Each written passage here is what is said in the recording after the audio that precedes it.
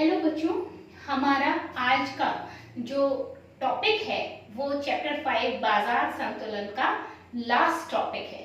ठीक है, और बहुत ही इम्पोर्टेंट है ये टॉपिक, क्योंकि ये हमें प्रैक्टिकली जो हम लोग देखते हैं उसमें सरकार की क्या भूमिका है बाजार संतुलन में, इसको दर्शाता है। ठीक है, इसको प्रदर्शित करता है कि कैसे सरकार हमारी बाजार संतुलन में अपनी भूमिका निभाती है।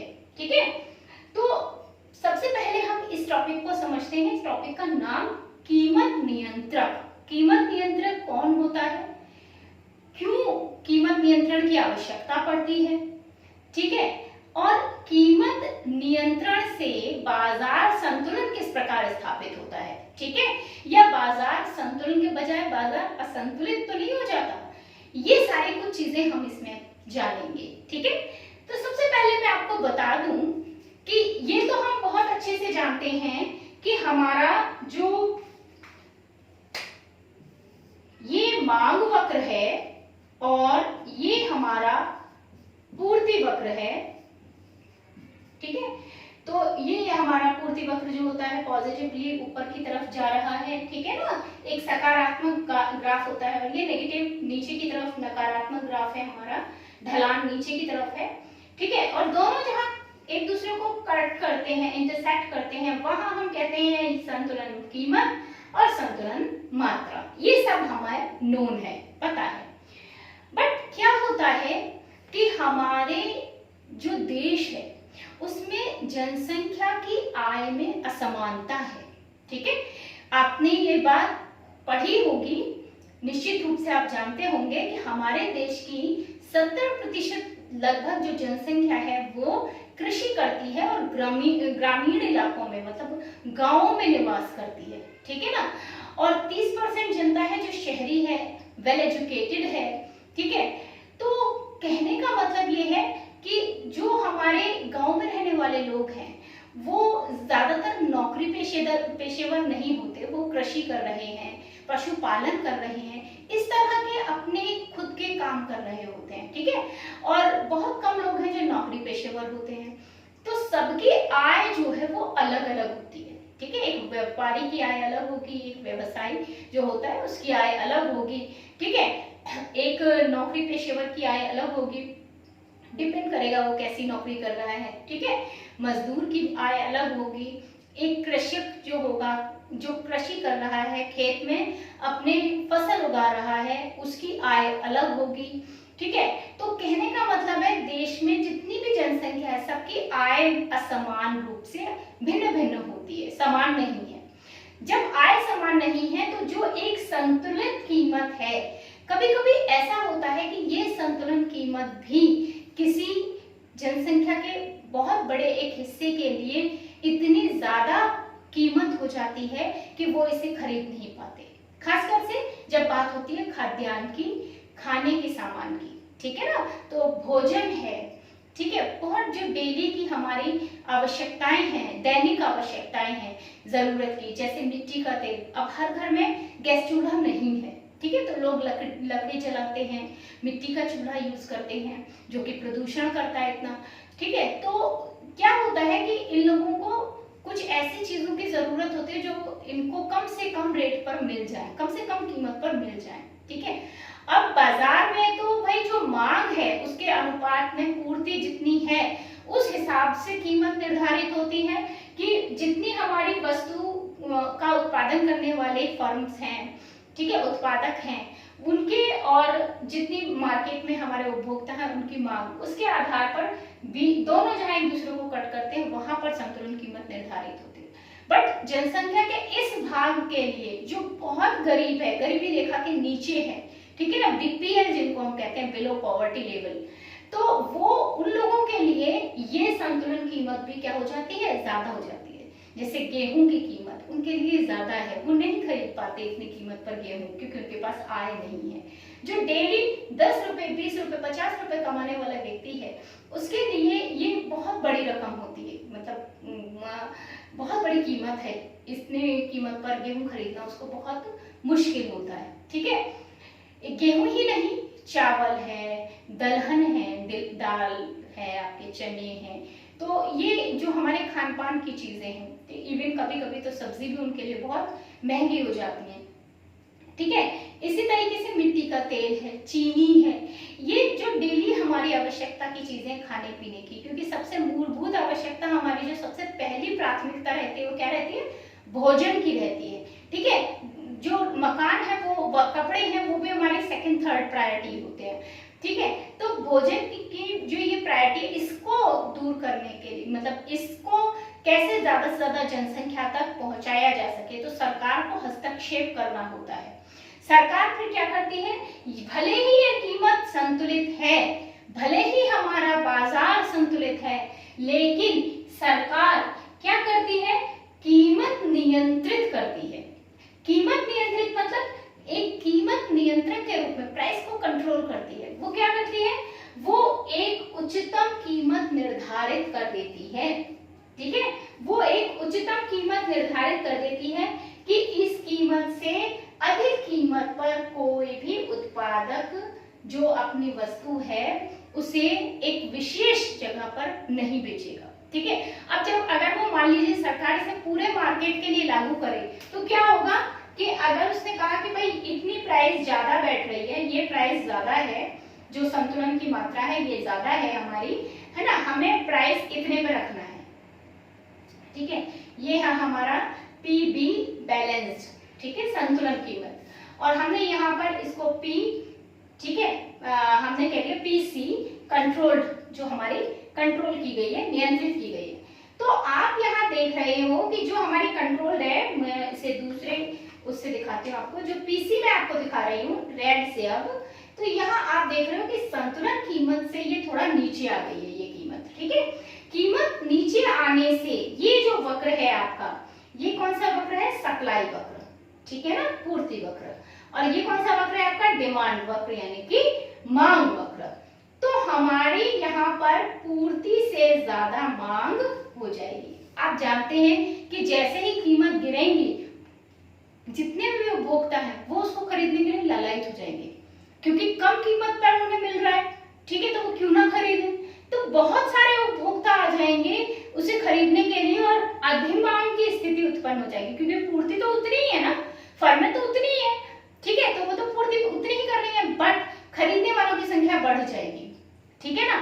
तो उपभोक्ताओं का इसमें लाभ होगा, लेकिन ऐसी स्थिति में बाजार क्या हो जाएगा, असंतुलित हो जाएगा, क्योंकि विक्रेता कम कीमत पर क्यों बेचे, ठीक है, उसकी संतुलन की कीमत यहाँ थी, वो अपनी लागत से नीचे क्यों ले जाए, अपनी जो भी लागत थी उससे कम पर क्यों बेचेगा, क्यों देगा, ठीक है।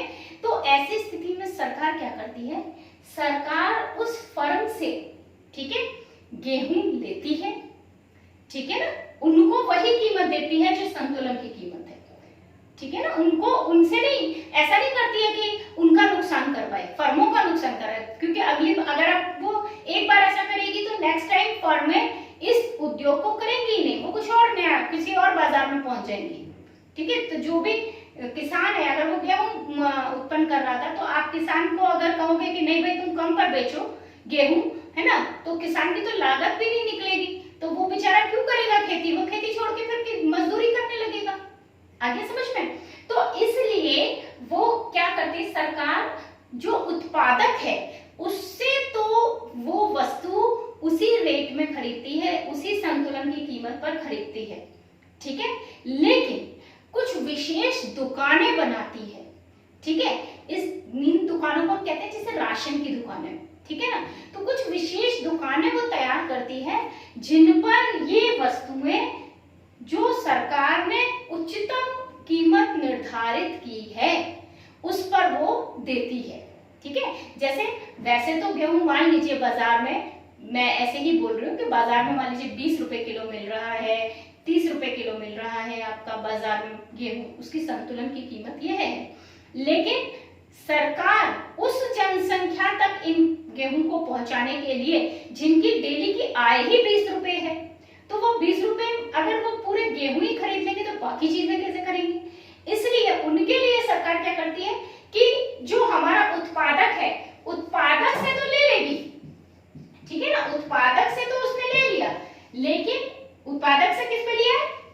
पर यानी कि संतुलन कीमत पर। लेकिन जो उपभोक्ता है उसको किस पे दिया?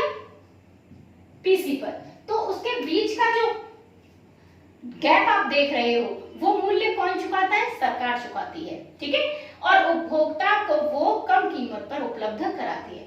बट अभी क्या देखा हमने कि अधिमांग की स्थिति उत्पन्न हो गई। अधिमांग की स्थिति का मतलब है कि अब तो सारे उपभोक्ता उसको खरीदना चाहेंगे। तो ऐसी स्थिति में फिर क्या करती है सरकार? सरकार सबको राशन कार्ड या राशन कूपन उपलब्ध कराती है, ठीक है।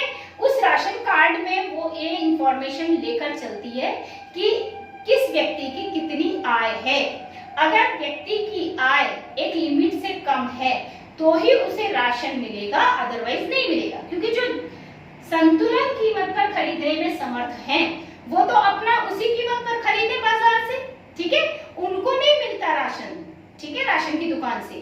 राशन की दुकान से गेहूं, चावल, मिट्टी का तेल, चीनी किसको मिलते हैं? जो एक निश्चित आय सीमा से नीचे हैं या कहिए गरीबी रेखा के नीचे हैं या गरीबी रेखा के पास हैं, ठीक है, उन लोगों को वो स्पेशल राशन कार्ड, तो आपने देखा है राशन कार्ड भी आपके yellow ration card, white ration card है ना, एक सफेद राशन कार्ड होता है, एक गुलाबी राशन कार्ड होता है, अंत्योदय कार्ड जिसको कहते हैं, ठीक है, बीपीएल कार्ड, गरीबी रेखा से नीचे रहने वालों का कार्ड। तो इस तरीके के वो राशन कार्ड के कलर्स के बेस पर, उनकी इंफॉर्मेशन के बेस पे वो अलग अलग डिस्ट्रीब्यूट किया जाता है, ठीक है। तो राशन की दुकान पे वही गेहूं जो मार्केट में 20 रुपए का है, 25 रुपए का है, वही गेहूं वो वहां पर 2 रुपए का, 4 रुपए का, 5 रुपए का देती है ताकि उन्हें आसानी से ये उपलब्ध हो जाए। आगे समझ में? तो इस तरीके से सरकार अधिमांग की जो स्थिति उत्पन्न हो रही थी उसको फिर से क्या कर देती है? संतुलित कर देती है, क्योंकि उत्पादक से तो वो उसी कीमत पर खरीदती है पर उपभोक्ता को कम कीमत पे देती है, और जो हानि है बीच में वो खुद लेती है, ठीक है ना, उससे ज्यादा कीमत पर खरीदा और उपभोक्ता को कम कीमत पर दिया, ठीक है। तो उसमें बीच में सरकार अपने ऊपर ले लेती है, उस पैसे को खुद के ऊपर ले लेती है कि वो पे करती है उसको, है ना, वो उसको खर्च करती है, मतलब वो देती है उस पैसे को, ठीक है, फर्मों को। तो ये हो गया उच्चतम निर्धारित कीमत। इसमें किसको फायदा होगा? उपभोक्ता को फायदा होगा, ठीक है। दूसरा आता है हमारा निम्नतम निर्धारित कीमत। निम्नतम निर्धारित कीमत में क्या होता है हमारा कि जब कभी कभी क्या होता है कि सरकार जो है उसको हस्तक्षेप करना पड़ता है कि कोई भी वस्तु है और मार्केट में जब वो बेची जा रही है तो जो संतुलन कीमत है उस कीमत पर भी जो उत्पादक है उसको कोई लाभ नहीं हो रहा, उसकी लागत भी नहीं निकल रही, ठीक है। फॉर एग्जाम्पल कि एक किसान है और किसान ने गन्ना उगाया, ठीक है। अब किसान देखिए गन्ना उगाने में उसको काफी सारी मेहनत लगी होगी, बीज भी, सिंचाई का भी प्रबंधन, बिजली का खर्च आता है, भाई सिंचाई करेगा, ट्यूबवेल चलाएगा, है ना, ट्रैक्टर वगैरह जो यूज करेगा, जो भी रासायनिक खादें उसमें पड़ेंगी, जैविक खाद उसमें पड़ेगी, ठीक है, कीटनाशक जो भी यूज होंगे उन कीड़ों को मारने के लिए, ठीक है। तो जो भी व्हाटएवर जितना भी उसका खर्च आएगा, उसकी लागत आएगी प्लस मेहनत, ठीक है, उसके एवज में उसको एक निश्चित राशि चाहिए, ठीक।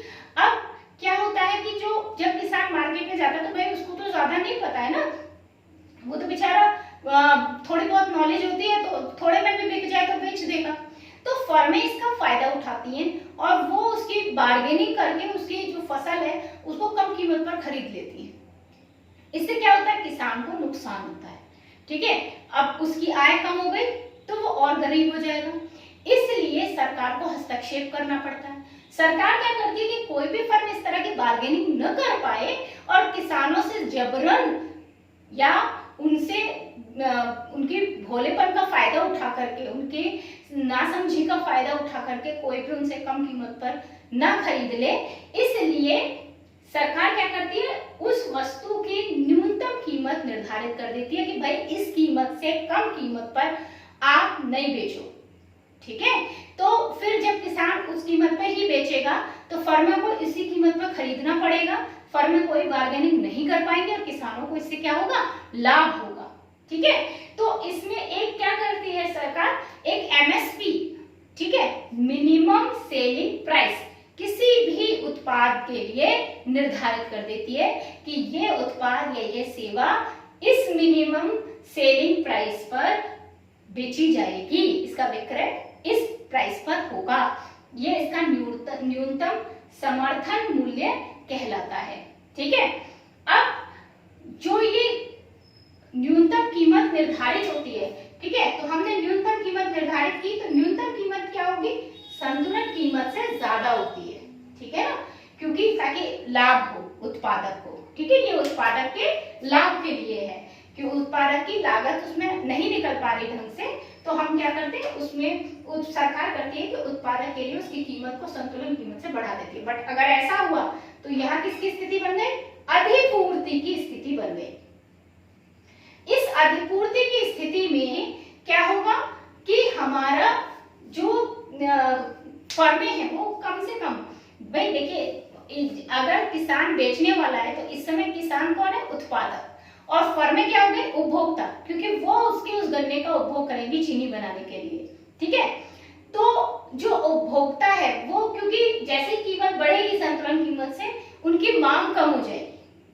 ठीक है, मांग कम हो गई, वो नहीं खरीदना चाहेंगे अब ज्यादा, क्योंकि इतनी ज्यादा कीमत पे हम क्यों खरीदे, हम तो कम कम कीमत पे खरीद रहे थे, संतुलन कीमत तो हमारी नीचे थी, हम क्यों खरीदे इतने ऊपर पे, हमारी भी लागत बढ़ जाएगी इस हिसाब से। तो वो नहीं खरीदना चाहेंगे, तो पूर्ति जो अधिपूर्ति की एक स्थिति बन जाएगी बाजार में, और बाजार क्या होने लगेगा, असंतुलित होगा। इसको रोकने के लिए सरकार क्या करती है, भाई वो तो ये तो नहीं करेगी कि न्यूनतम अब समर्थन मूल्य को वो वापस ले ले। किसानों को, भाई किसान तो जरा उसको कोई 100 रुपए में ले रहा है उसका, तो 100 रुपए में दे गया, 150 में ले रहा है तो 150 में दे गया।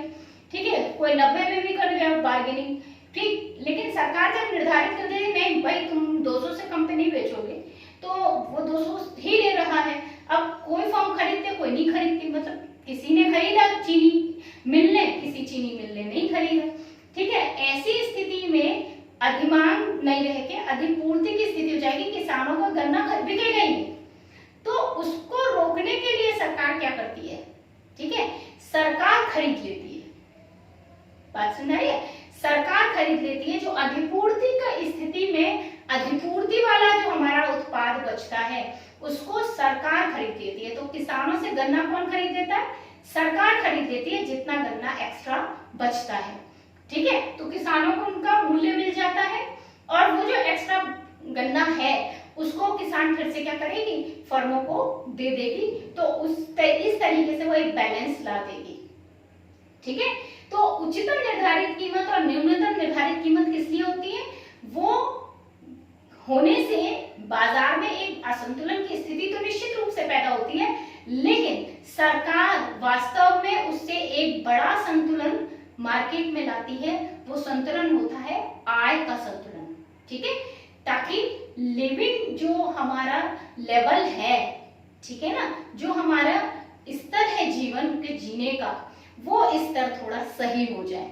तो जो बहुत गरीब हैं उन्हें भी वो वस्तु उपलब्ध हो जाए जिसकी उन्हें आवश्यकता है, और वो उनके दायरे से बाहर आएगी। ठीक है, और उनको भी मिल जाए जो लोग इसको आसानी से नहीं खरीद पा रहे थे। ठीक है, तो कहने का मतलब है कि ये कीमत नियंत्रक के रूप में सरकार का एक बहुत बड़ा रोल होता है अर्थव्यवस्था में, कि वो सभी जो देश के सभी जनसंख्या है, देश के सभी जनता है, उनको समान रूप से, ठीक है, प्रत्येक वस्तु को उपलब्ध कराने का प्रयास करती है। प्रत्येक वस्तु में मैं बात उन वस्तुओं की कर रही हूँ जो आवश्यक मूलभूत आवश्यकताओं के अंतर्गत आती हैं। अब विलासितापूर्ण वस्तुओं की हम बात नहीं कर रहे, क्योंकि विलासितापूर्ण वस्तुएं कोई भी व्यक्ति तभी खरीदेगा जब उसकी मूलभूत आवश्यकताओं की पूर्ति हो जाए और उसके बाद भी उसकी आय शेष हो। ठीक है, तो पहले क्या करता है कोई भी व्यक्ति, पहले अपनी मूलभूत आवश्यकताओं की पूर्ति करता है, रोटी कपड़ा और मकान, और उसके बाद अगर पैसे बच रहे हैं, उसके बाद अगर आय हमारी है, तो हम विलासितापूर्ण वस्तुओं पर जाते हैं। तो सरकार विलासितापूर्ण वस्तुओं पर ये काम नहीं करती है। ठीक है, किस पर करती है, वो करती है जो मूलभूत आवश्यकता होती है, जैसे गेहूं चावल, मैंने बताया ना, राशन की दुकान में जो खाद्यान्न मिलता है। ठीक है, इसी तरीके से जो कृषि उत्पाद है, गन्ना दलहन फसलें जो होती हैं, उन सबके न्यूनतम समर्थन मूल्य सरकार निर्धारित करती है कि कोई भी एक्स्ट्रा ज्यादा मूल्य पर ना बिके और क्या बहुत कम मूल्य पर ना बिके, ठीक है, ऐसा कुछ ना हो, ठीक है। तो ये हो गया हमारा कीमत नियंत्रण, या आज हमारा ये टॉपिक क्लियर हो गया है। अब अगर इसमें कोई प्रॉब्लम है तो आप मुझसे पूछ सकते हैं, ठीक है। Thank you.